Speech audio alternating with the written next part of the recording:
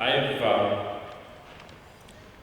I'm 37 years old. I don't call myself 37 years young.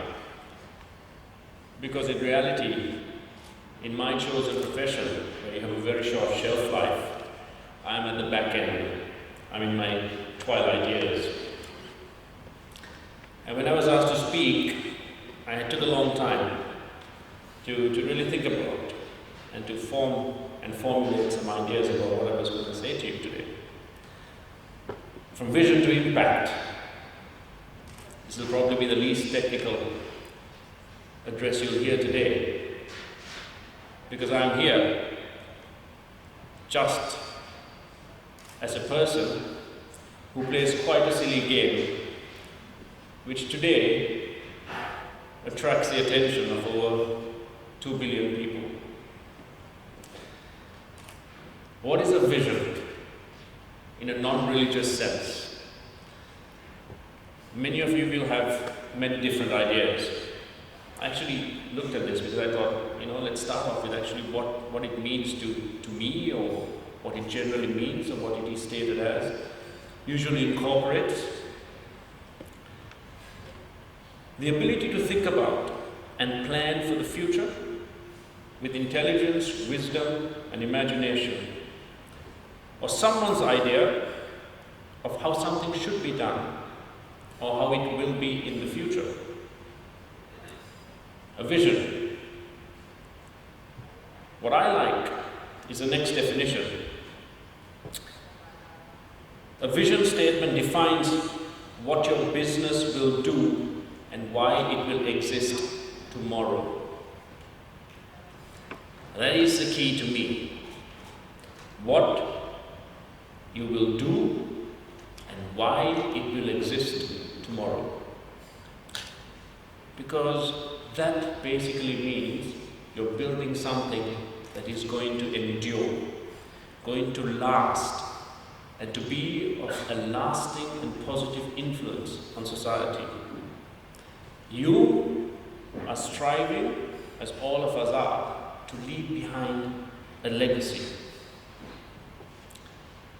We're all born with various talents, with potential, with abilities, with a uniqueness, with an individual self for being,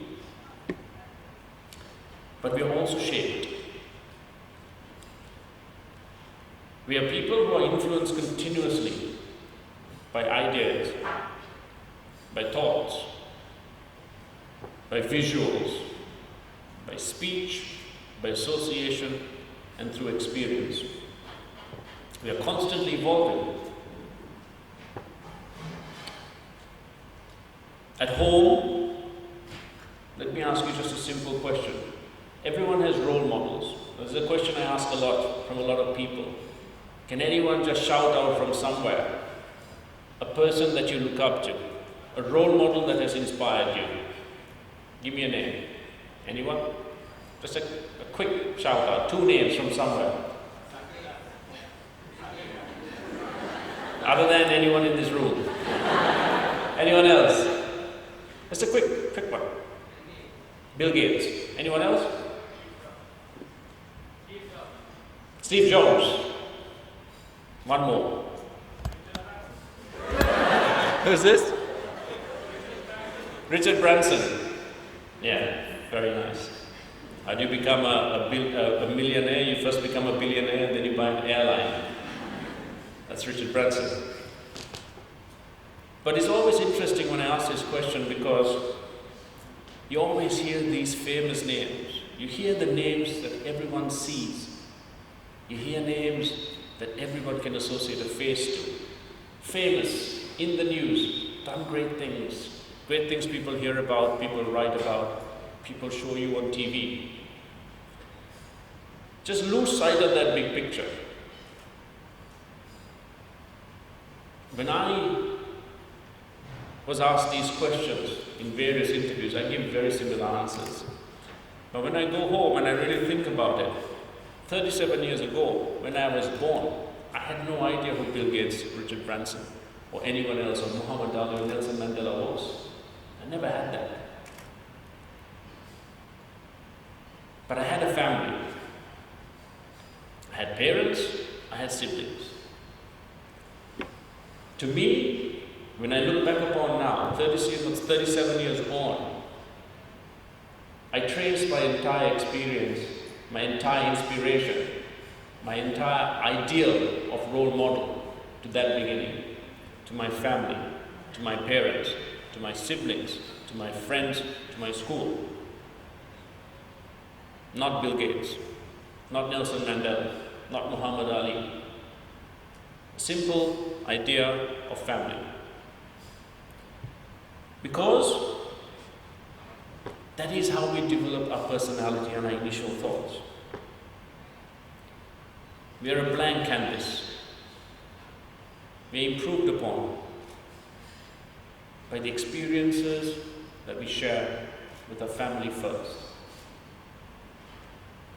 What they inculcate in us, the bedrock of values that they teach us, which is refined through school, the teachers that we have, which is further influenced by the friendships we develop as we go on, and the lives we live, and the people we associate in society at large. But it starts at that point. Your parents try and teach you what is right, what is wrong, to be a person of integrity, to be honest, to have courtesy, respect, be responsible, be accountable. But most of all, they teach you the most important lesson in life, to love. To me, there is nothing else that forms the bedrock of your personality and your character than love. I remember when I was young, I had two very contrasting parents. My father allowed me when I was very young to keep playing sport. Up until grade 4, if you take my year-end exams, the 8 columns next to the subject said absent, absent, absent, absent, and absent. He appointed himself my coach in any sport I played. He still is my coach. It's a terrible thing to have your parent coaching you. It's enough that he is your father. Add to that, him being your coach, it's a recipe for disaster. But he would come, whether it be tennis. I played table tennis. I played a bit of cricket when I was quite young. By the time I was 12, he told me, if you are foolish enough to dedicate so much time to playing a sport, or if you're foolish enough to dedicate all your time to reading a book or studying, just remember one thing. Just do it as well as you possibly can. And he would come at 6 o'clock in the morning on a Saturday morning, and all I was thinking about was not going to school, getting up late, having a good time with my friends, hopefully, or the neighbors. He would knock on my room door and says, Kumar, are you awake? I'd pretend to be asleep. He'd say, Kumar, are you awake? Are you awake? I'd be quiet, pretend to be asleep. I can't hear him. He comes back 10 minutes later, same thing. And he repeats that until I am so annoyed that I actually wake up. He'd take me behind to a backyard where there was enough space. And he'd throw this tennis ball at me, for tennis or for cricket. He was a lawyer, still is, at 74, they never retired. And his first client would come around 8 o'clock. I've started at 7, I've avoided him for an hour, pretending to be asleep. I start at 7. 8:30 comes along, my mother comes out and says, listen, your son looks tired, your client is here, it's time to stop this nonsense, you go do your work, let your son eat breakfast. My father would say, no, he's got to earn this, he's got a few things that he's got to correct. 9 o'clock would come, my mother would come again and say, listen, your client is waiting. You know what my father would tell her? My father would say, can you please go and tell him or her that I'm spending time with my son? My mother, on the other hand, insisted that I study. I have some sort of grounding. that didn't just depend on talent and sheer blind luck, and the ability to actually hit a ball with a piece of wood and make it a living. So she encouraged me to study. When I was 17 years old, I was playing a house match at school. I was captaining my house. It was a Sunday. I didn't forget, I actually cut a history class where the master was waiting for me at home to play this game. I finished fielding, led my team off the field for the innings that we were going to bat, and I see my mother, arms folded, standing next to the dressing room. I'm 17 years old. I look at my mother, her face doesn't look very promising. She doesn't look very happy. And with my mother, that's always a warning sign. So I just tried to make light of it. I said, Amma, what are you doing here? What's wrong? She said, do you know that your master has been waiting for you for over an hour at home? What are you doing here? I said, oh, I've got a house match. Thought I played. She said, yes, it's done. I'm going home. I said, I can't. I've got a bat. I'm captain. She said, doesn't matter. You're going home. At 17 years old, she dragged me by the ear with all my friends watching, took me home. It took me a long time to forgive her for that, because that's something that you never live down at school.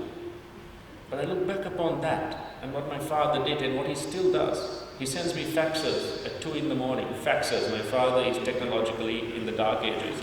He faxes me pages of books that I'm supposed to read at 2 in the morning before I bat the next day at 10. Why? I'd like to think that they're completely crazy, that they're sadistic, that their entire job in life is to torture me. But it is out of that one emotion that they provide you for absolutely no charge. It's because, first and foremost, when they look at me, they are filled with love. When we are young, we have dreams. We want to be people. We aspire. Everyone has a dream, a vision when you were young. I wanted to be a fighter pilot at one time. We didn't have the best air force in the world, nor fighter jets, but still wanted to be that. It's cool. I wanted to join the army at one stage. I had so many ideas in my head.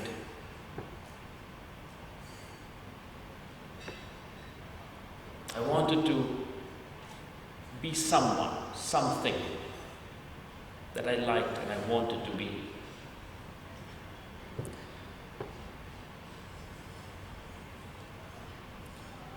What you want to be, everyone has a different plan on how to achieve it.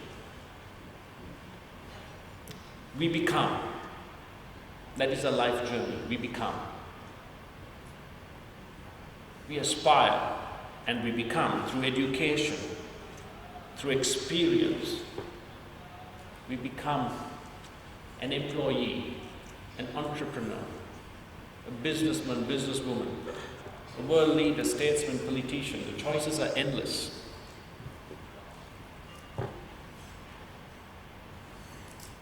We continuously strive.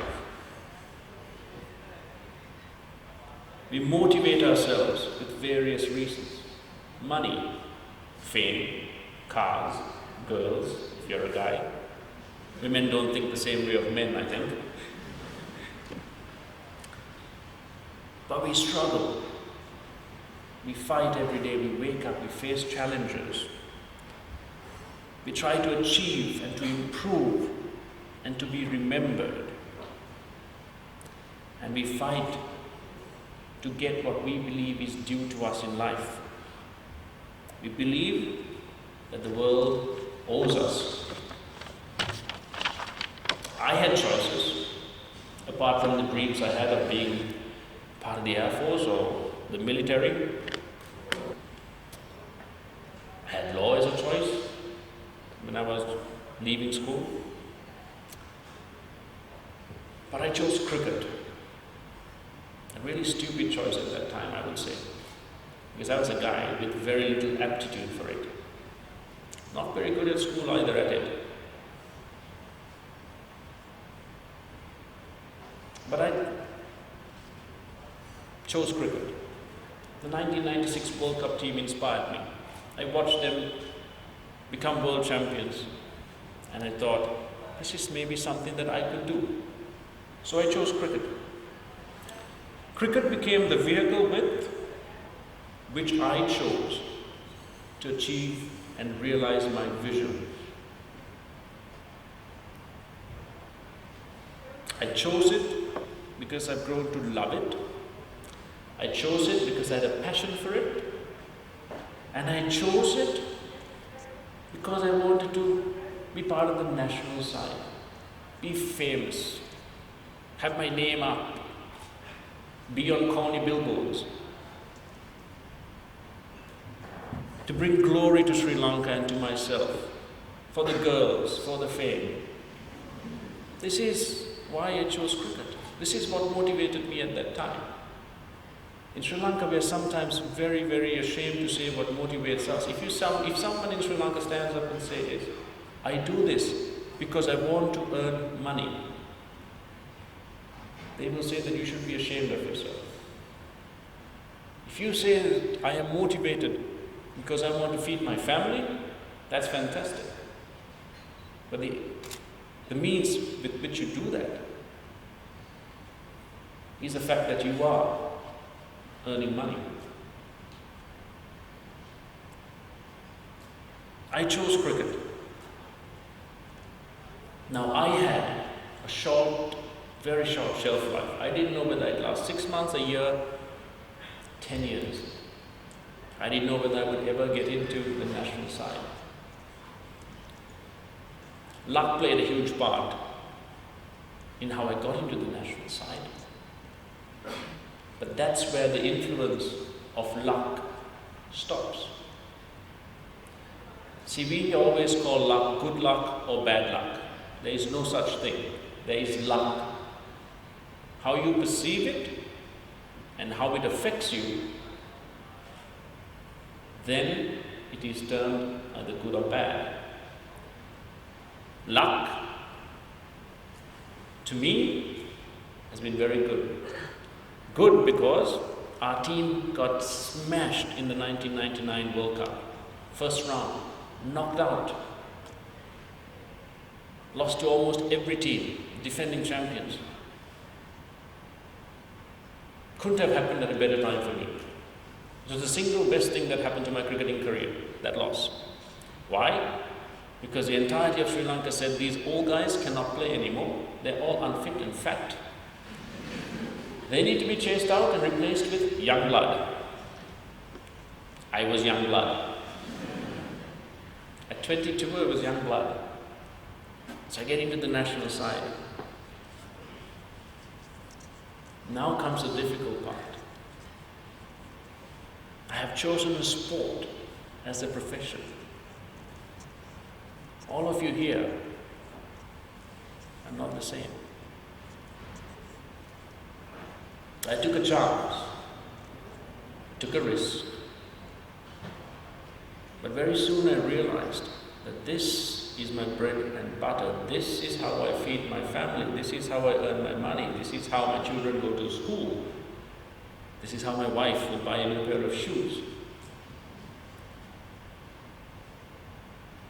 So I looked at myself.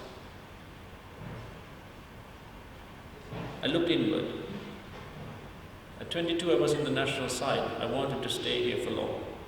Even at that time, my motivation, I wasn't married then, my motivation was all the trappings that come with being a great cricketer, being famous, driving a new car.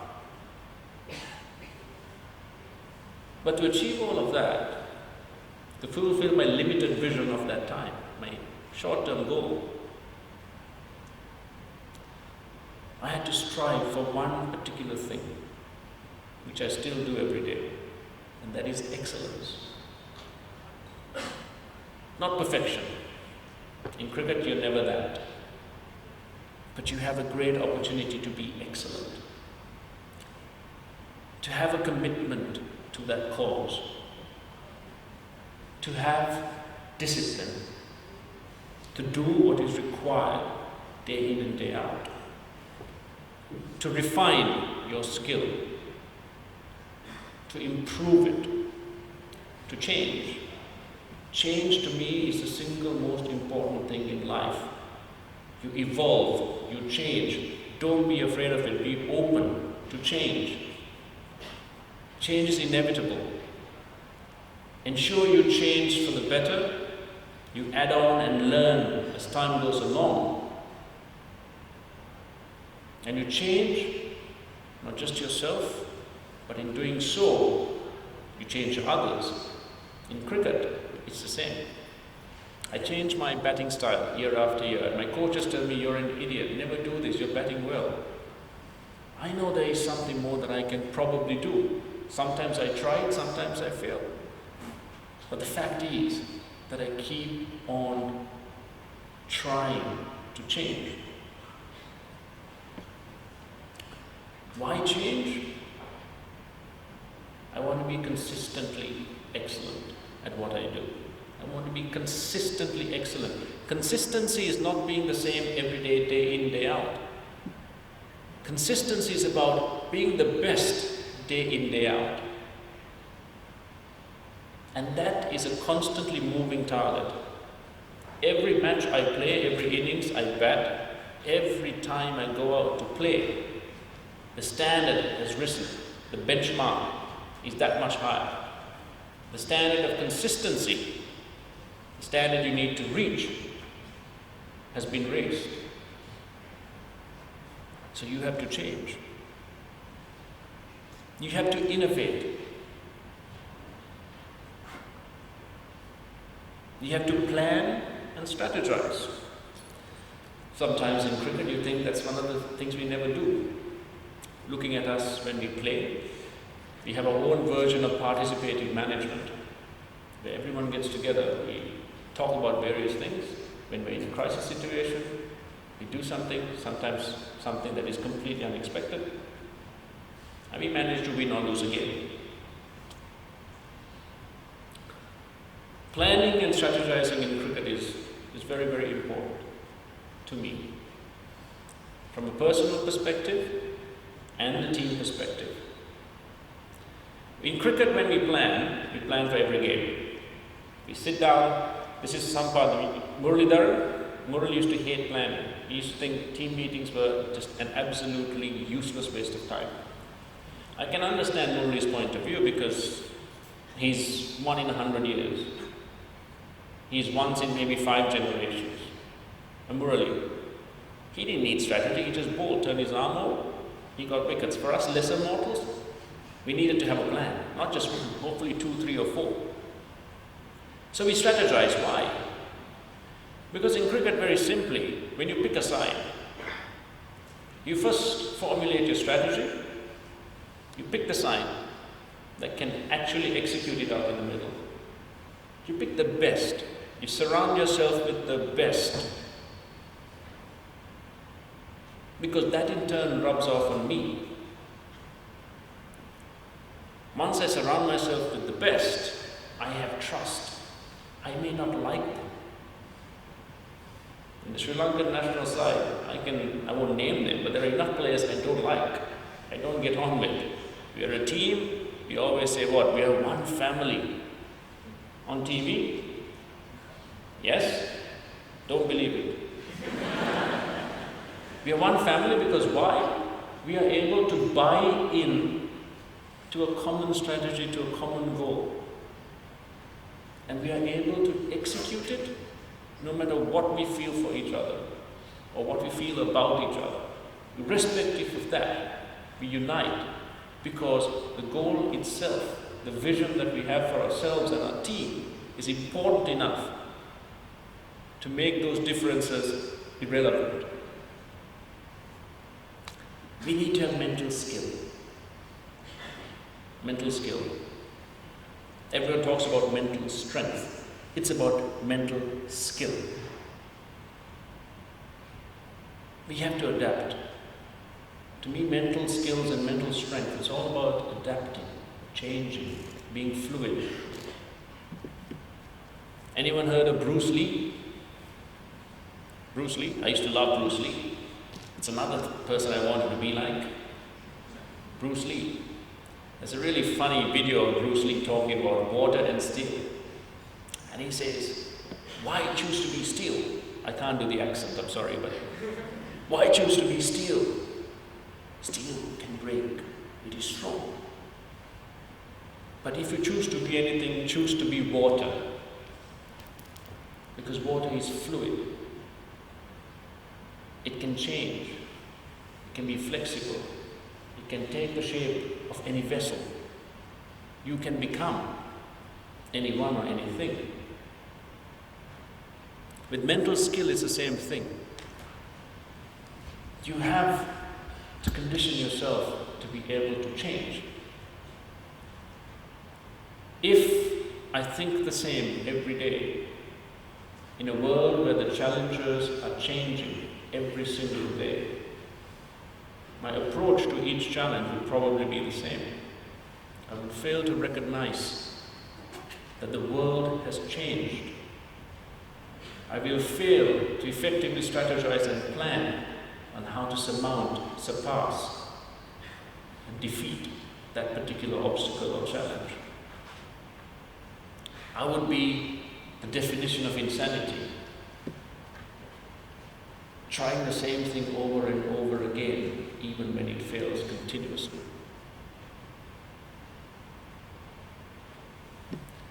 But mental skill, to me, the most important part of that is to understand yourself. That, to me, is the single most important thing for improvement. In my life with cricket, that is what changed my career. From being a mediocre cricketer when I was 22, playing on the international stage, to an aspiring mediocre cricketer now. The one thing that I've realized is myself. Who I am. What makes me tick. What motivates me. What makes me angry. What disappoints me. What are my strengths and weaknesses. It scared me when I realized I had more weaknesses than strengths. When I recognized that, I had to change certain aspects of my personality and my thinking pattern. Because why? I wanted to get rid of those weaknesses, improve my strengths. I soon realized there are some weaknesses I can eradicate. There are some that are with me for life. I will not talk about the weaknesses in my personality today. I'll just stick to cricket. I'm a left-hander. I know inevitably when I go into bat, chances are I'll get out nicking a ball to the slips. Brian Lara, the greatest batsman I think that I've seen, was in Kandy, playing against us, and he had just come off a series against Australia where Glenn McGrath, I'm hoping that everyone knows cricket to some level, has been getting him out for basically no scores by bowling around the wicket. So Brian Lara, myself, and Murali, we were playing a game of snooker at Mahavali Beach. And Murali, as usual, very direct, very blunt, asks Brian, what's going on, Brian? I'll also have to tell you that every third word when Murali speaks, be it in Sinhalese, his mother tongue is Tamil, but if he speaks in Sinhalese or English, every third word is a swear word.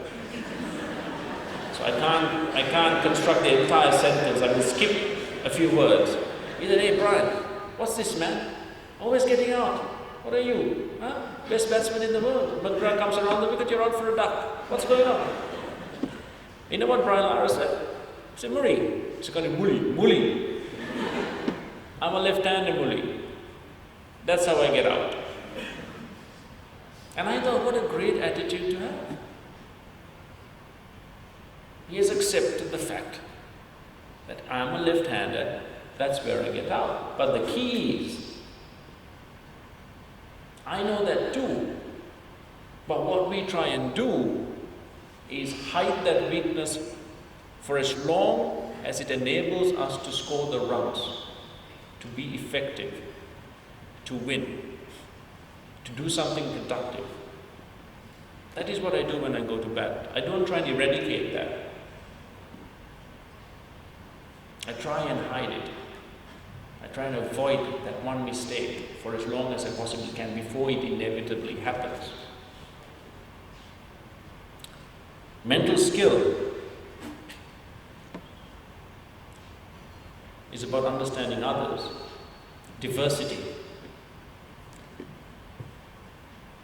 In Sri Lanka, it's something that we've struggled to accept for a long time. Diversity, individuality, uniqueness. To understand that the entire beauty of existence is to be able to look around a room like this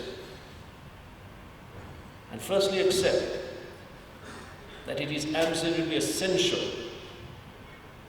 that one is different to the other. Not just the way they look, but who they are, how they think, what they like or what they don't like.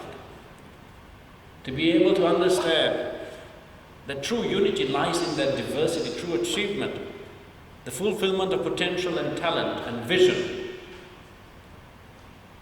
That diversity is what you're after. There is nothing more beautiful than watching, I'm sure there are, but to me, watching the national cricket team, different people, different backgrounds, speaking different languages, coming together with so many differently unique skills and perspectives, perceptions, conditionings, being able to achieve the one thing that we are entrusted to do as professionals, to deliver wins time after time.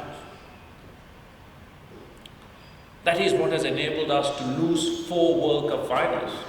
We've got there, we've lost. After having lost, to get up and win the 5th. That is what enables us to do, because we are diverse. Lasith Malinga is not your typical looking cricketer. Coloured hair, studs, earrings. You find a lot of them now, but you never had any of them in the olden days. Sri Lankan cricketers were pretty clean cut. They ironed their cricket whites, short haircuts. When the chairman of the cricket board, Arjuna, told Lasith once, if you want to play cricket and be selected in this side, cut your hair, take the studs out, cover your tattoo. No. Lasith said no. He said, I'm sorry, I'm not doing it. Arjuna didn't like him much after that, doesn't like him still. But that is individuality, that is the mental skill of being able not just to stand up for yourself and be noticed, but also for you as an individual to understand not just yourself, but also the others. The value of individuality. We try and foster that now in cricket. Since the end of 1999, we've tried to foster that as much as we can, to respect that diversity, to respect the individual, to give value and weight to those opinions. And it has worked much better than we thought it would. You have to be a leader. This is something that you hear every single day in life. It's true, unfortunately. But leadership is in all of us, in various ways. You don't have to be a nominated leader of a team, a captain, or a vice captain. Leadership is situational, it changes. Every man or woman who wakes up in the morning and motivates himself or herself to face that day, to do what needs to be done in their lives, for them, for their families, for each other. That is leadership. Leadership is based on wholesome core values that you have learned from the time you were an infant at home. It's about standing firm and strong on those core wholesome values. It's about trying to do the right thing at all times. The true test is to keep trying to do the right thing when there is no advantage at all to you. It is not just playing by the rules, but if you find that the rules are unjust, that you try and change the rules. You have also to understand that to lead at times you have to be led. You have to give time and space for situational leadership. If Sri Lanka is defending 8 runs in the last over of an ODI, who would you throw the ball to? Anyone? I'd throw it 10 out of 10 to Lasith Malinga. 10 out of 10, without a doubt, shadow of a doubt, I give it to him. Because I believe he's the most proficient at it. Now I'm the captain, I give the ball to him, my job's done. The leadership in that situation completely, the difference between winning and losing, that leadership is provided us through Lasith. It's the same when I go into bat. I bat, I get out first ball, I come back in. My leadership role is done. I then entrust that entire burden onto 2 guys who are batting out in the middle by themselves.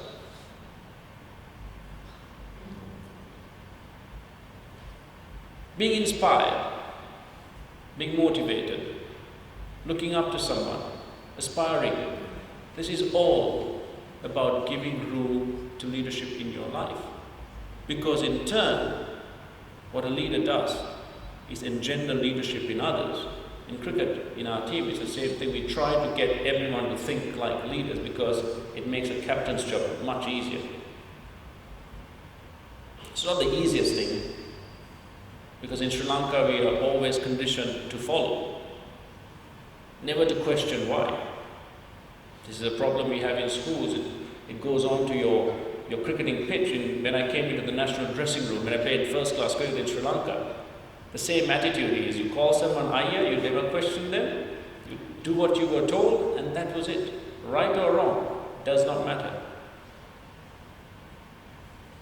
That was supposed to be leadership. In '96, when we won, we had Arjuna, a general, the big Ayya, controlled everything. It was fantastic for Sri Lanka. Changed the face of world cricket and Sri Lankan cricket. By '99, he had not changed, he had not adapted. There was no room in his leadership for other leaders. We had stars, Aravinda De Silva, Murali, all of them, suddenly blossoming out. And they were struggling against that yoke. We saw the results in 1999. Communication, open and honest. That is essential in life, I think. You're not supposed to tell everyone what you really think. But I think it is important to express what you truly believe. Murali, when it comes to communication. We were in Australia. We were out at dinner with Murali, a few other people. 2 friends of my wife joined us. They're identical twins, quite pretty. And I warned them. I said, I'm going to introduce you to Murali. He's a lovely guy, but you have to get used to him. They said, yeah, sure. You know, they've lived in Australia. Sri Lankan girls lived in Australia for years and years. So we go. They're 1 year younger to me. And I introduced them to Murali. And Murali says, "Oh, hello, how are you?" And they say, "Hi." They introduce themselves by name, and then Murali goes, "Next question, do you have boyfriends?" And they went, "No." Then he goes, "How old are you?" They said, "We're 33 at that time, a few years ago." 33, no boyfriends? They said, "No." Then he went, "Lesbians?"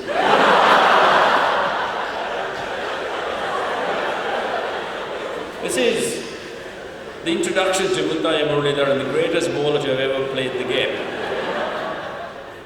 He's one man I will trust with my life. But this is what Murali is. So open and honest communication. It has got Murali, it has taken him many places, but also unfortunately closed some very important doors along the way.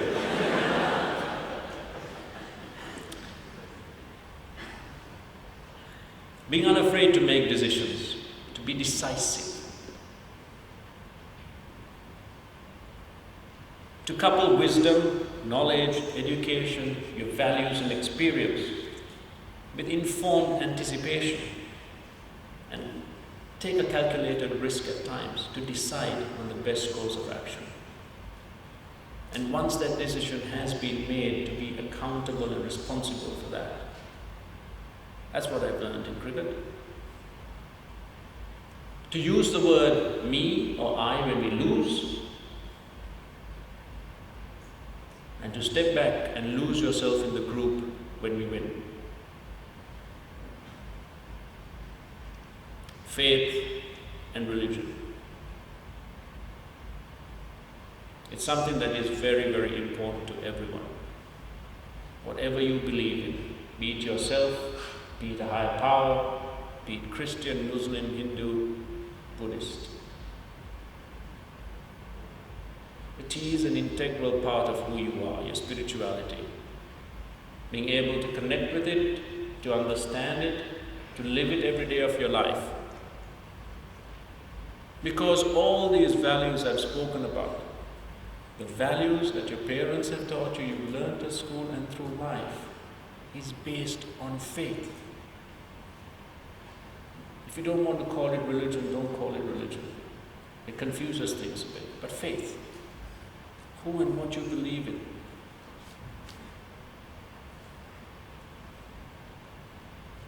It tells you about love, about respect, about right and wrong. It is something very personal to you, not to be expressed in a manner which makes you superior to another human being, but to be expressed in a manner that you display love, respect and trust through it. Not to be better than someone else, but to better yourself.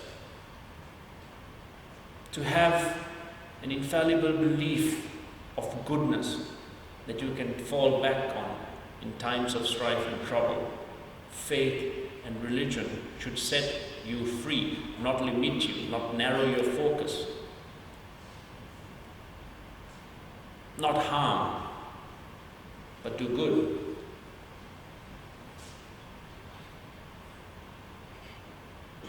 Love. I come back to that time and time again, because that should be the base on which you make all your decisions. Love. I'm 37 years old now. Middle-aged. Life expectancy is what, 72?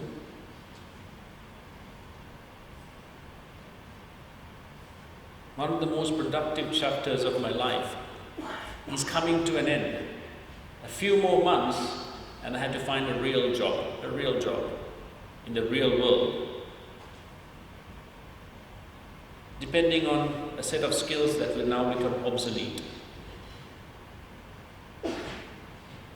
If you ask me what my vision is now, it has changed. Gone are the girls, gone's the fame, the money, the car that I wanted. All of these have been replaced. to become a bit more holistic, a bit wider. I exist within,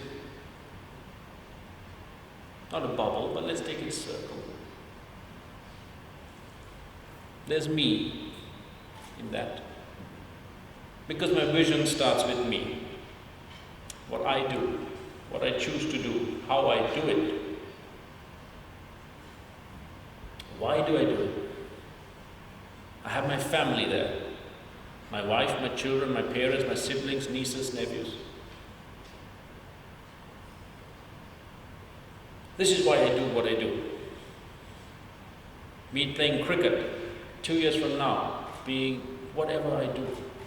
That is why I do it. I want my children to grow up and be the best that they can be. I want to provide them with everything in life necessary for them to be able to make those decisions based on love, the way I saw it happen with my parents. I want them to be set free. I can only lay the foundation, give them the best that I can, and then hope for the best. I have my friends, very, very important to me, under them. Friends. I want to be of benefit to them. Then I have others.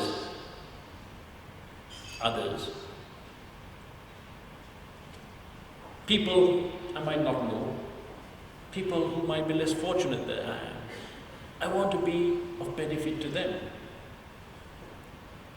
Then I have my country. If I do those steps as I see fit and well, the benefit will be to my country. And then I have the world. For in the final analysis, everything we do here will affect the world we live in. I want to be the best for all of that and all of them. And to do this, I believe very simply, we have to understand our time and place in the history of the world.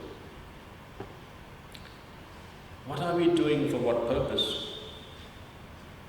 To broaden our horizons beyond just ourselves, our job, beyond socially imposed limitations, to encompass a larger common world community. Which now brings me to the ALS Ice Bucket Challenge. How many of you have participated in the ALS Ice Bucket Challenge? Anyone? No one. Siobhan? No? It's an interesting thing. I don't know even the guy who started this, but Mahal and I participated in this. You all know what it is about, right?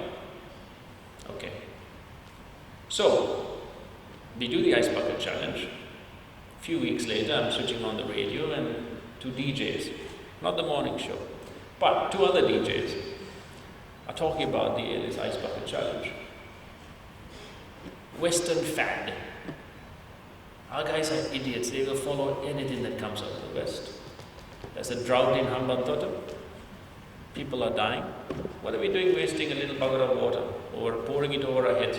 Supporting who? ALS? Really? Is that a problem for Sri Lanka? Anyone knows anyone with ALS in Sri Lanka? Anyone? I didn't even know what the hell ALS was.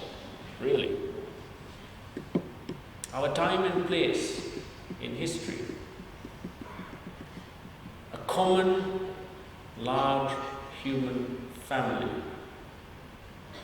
Global impact. How you see yourself within that context. I work with a charity called the Foundation of Goodness. We work in all parts of Sri Lanka, from the south to the north and the east. Today we support over 30,000 people every year. None of you, or I think Sheman would have because we've spoken to him about it, but a lot of you wouldn't even know what this Foundation of Goodness was. We're not a very public charity. are not in the news, but we're very effective. 95% of our funds come from abroad, from other countries, from some people who have never visited Sri Lanka, who have never seen or met a Sri Lankan sometimes, who will never meet the people they are donating their time and money and effort to, and their thoughts. But they still find the time and effort to give. We have volunteers coming in from so many different countries, working in the south, in the north, and the east, in very rudimentary conditions. They find it rewarding. There are people in their own country that need help, but they come to Sri Lanka.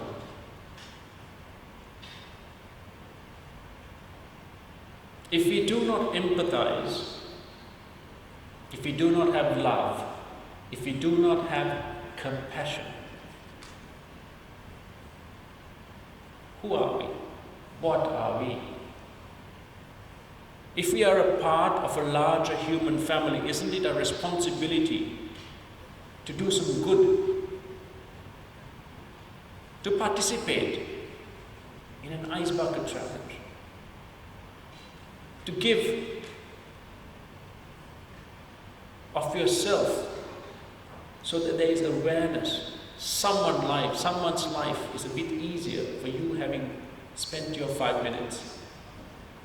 Isn't it our responsibility? Isn't that what we all aspire to? To change, to make better, to be better?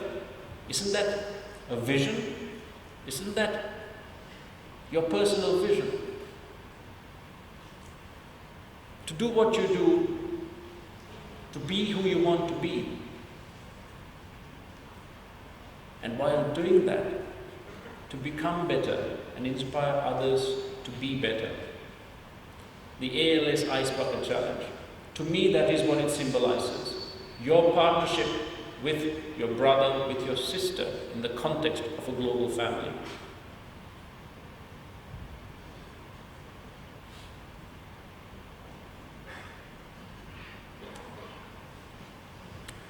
In my view, our responsibility is to effect positive and lasting change in ourselves and others. To once again inspire ourselves day in and day out, and in turn inspire others. I am not here in this life to change the world. I don't think that is our role.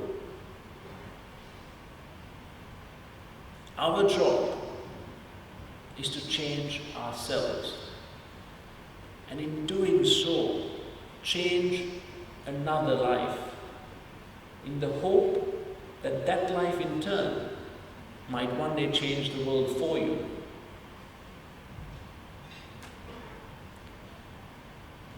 Let go of your egos. Egos are extremely dangerous. An ego tricks you. It promises you what you already have. It pushes you day in, day out to compete. It pushes you saying you have to leave an everlasting mark on this earth before you go. You have to be remembered, you have to be seen, you have to be noticed. It tricks you by promising you the very things that you already have.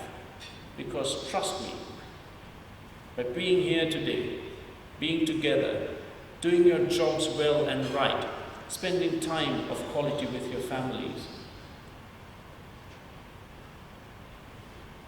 displaying love, trust and affection, by no means are you forgotten. Your mark will always be there.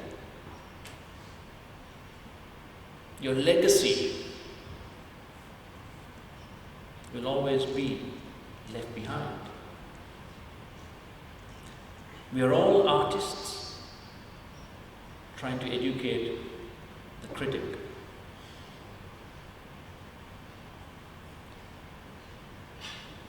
We must go beyond viewing the world or looking at the world as me against the world, but instead change.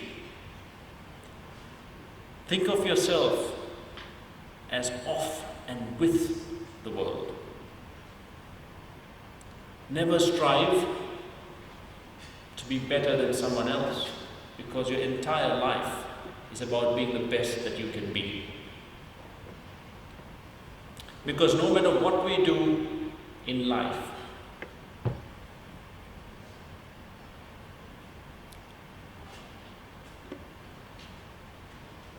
Duke of Wellington, Lord Arthur Wellesley, after having won the Battle of Waterloo, looked at the carnage. He just won a famous victory against Napoleon Bonaparte. He looked at the battlefield and he said, "The only sight more melancholy than a battle won is a battle lost."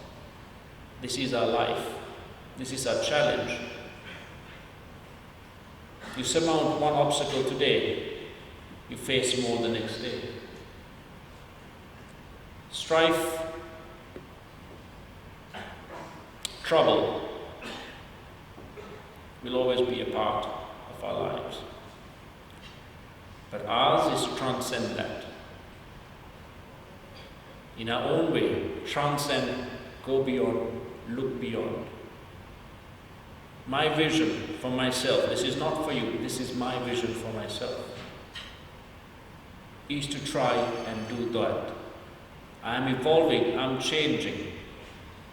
10 years from now, I might have a different version for you. But today, standing here, this is my vision for myself, for my family, for my friends, for my country and the world.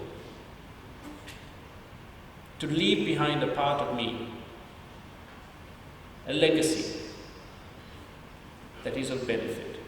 Because in the grand scheme of things, all what we are trying to do for our children, for the next generations, for whoever is to come and inherit the earth, is to leave the world a better place. Thank you.